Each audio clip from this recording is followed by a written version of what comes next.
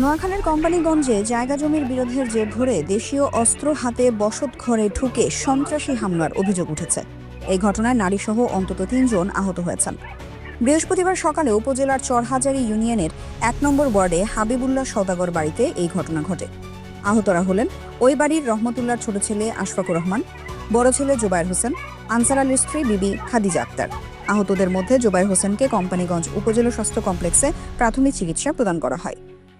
ভুক্তভোগী আশফাকুর রহমান জানান, তার পিতা রহমতুল্লাহ নামে খরিদকৃত দখলে থাকা জমি প্রতিবেশী কামাল উদ্দিন, তার ছেলে রায়হান, নূর আলম ওরফে কালা ও নূর উদ্দিন সহ তাদের সাঙ্গপাঙ্গরা জোরপূর্বক দখলে নিতে দেশীয় অস্ত্র হাতে তাদের বাড়িতে হামলা চালায়।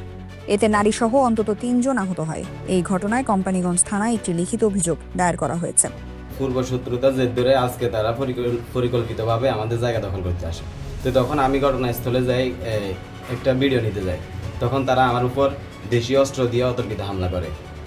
এক পর্যায়ে আমি দরজা বন্ধ করে ঘরে ঢুকে যাই। তারপর তারা আমাদের পিছনের দরজা দিয়ে ঘরে ঢুকে আমার উপর হামলা করে।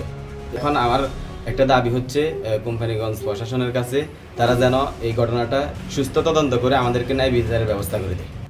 আহত জুবায়ের হোসেন বলেন, সন্ত্রাসীদের হামলায় বাধা দিতে গেলে তারা লাঠি, দা ও লোহার রড নিয়ে আমাকে মারতে আসে। পরে আমি দৌড়ে ঘরের ভেতর আশ্রয় নিই, কিন্তু তারা পিছনের দরজা ভেঙে ঘরে ঢুকে পড়ে এবং আমাকে মারধর করে। আমার ভাই ও বোন বাঁচাতে গিয়ে আসলে তারাও মারাত্মকভাবে আহত হন। আমি জুবায়ের হোসেন, কুয়েত প্রবাসী। দীর্ঘদিন পর কুয়েত থেকে আমি ছুটিতে আসছি।